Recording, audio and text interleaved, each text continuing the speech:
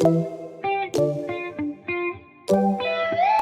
breakfast, I am making blueberry cream cheese stuffed French toast. You're going to start with some room temperature cream cheese. The amount depends on how many you're making. Here, I'm just adding some powdered sugar and some vanilla extract and just smashing it all together. Next, I'm going to remove the crust of the bread. This is optional, by the way. If you want to keep the crust in there, that's fine, but my kids tend to not like it, and that's why I'm removing it.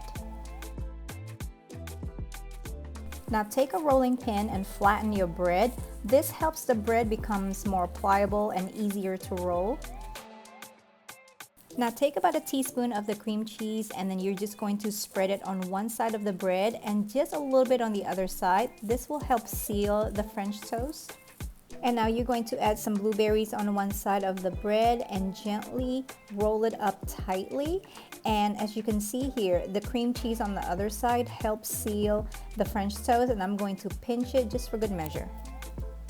And now repeat the process for the rest of your bread. I think I ended up making about 20 of these, and I didn't use a lot of cream cheese, maybe about 2 to 3 ounces, because you're only using about a teaspoon per French toast.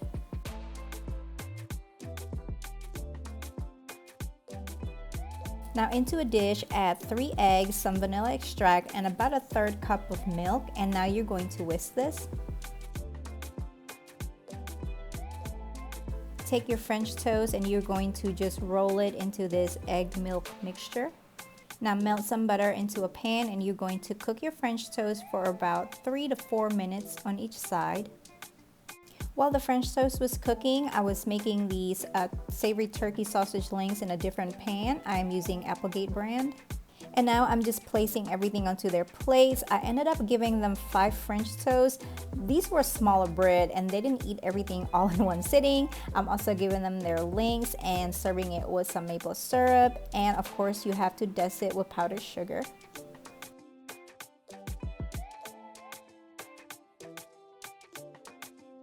And here's the final result.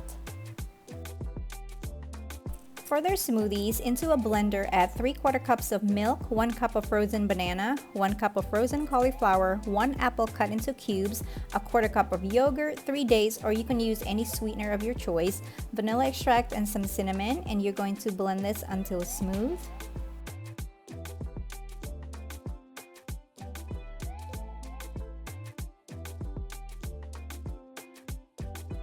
And here's the final result. This seriously tastes like apple pie.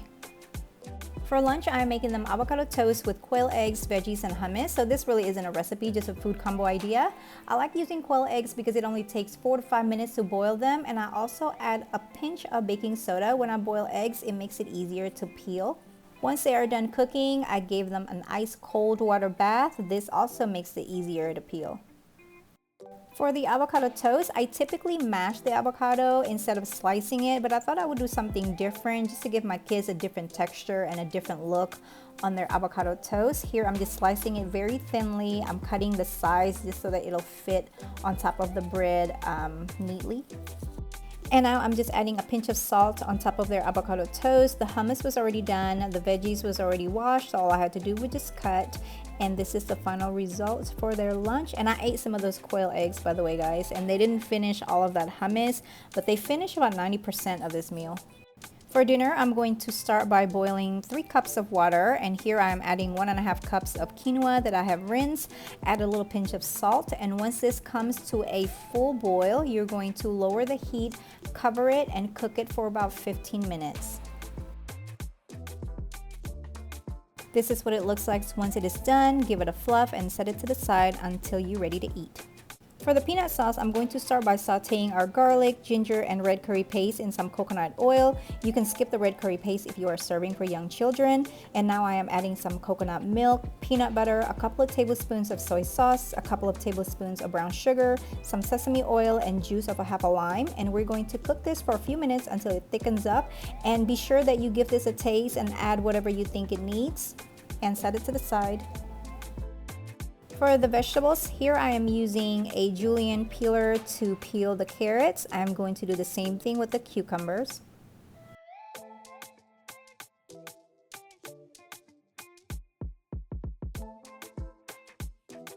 I'm also going to add some red peppers. I am pretty much just using whatever veggies that needs to be used in my fridge. You can use whatever that you like.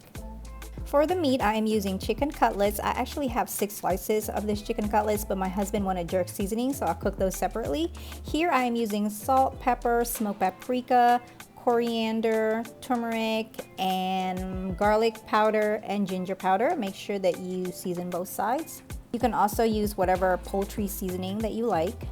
Add some oil into a pan and you're going to add your chicken. Cook this for about 4 to 5 minutes on each side, and you want to make sure that you let the chicken rest before you cut into them.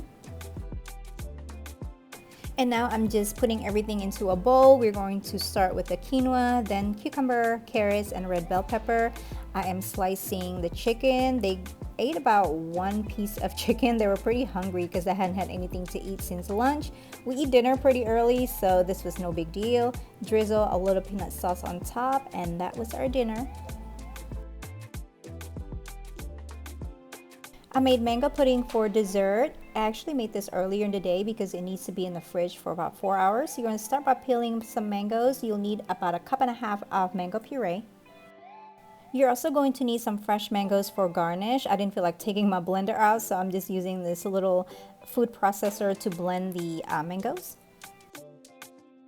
Next, you'll need 1/2 cup of boiled hot water and 1 packet of unflavored gelatin, like this one. Give this a whisk until it dissolves completely. Add about 1/4 cup of honey, more if you like, some vanilla extract, and then you're also going to need about 1 cup of coconut milk. Give this a whisk and then add your mango puree. The original recipe calls for sugar, but honestly, mango puree is so sweet and coconut milk also has a sweetness to it, so I thought sugar would make this way too sweet. And now I'm just putting everything in a glass jar and refrigerate this for about 4 hours. And here's the final result. I just added some whipped cream and some fresh mangoes on top. I hope you guys have enjoyed this video. I will see you next time. Bye.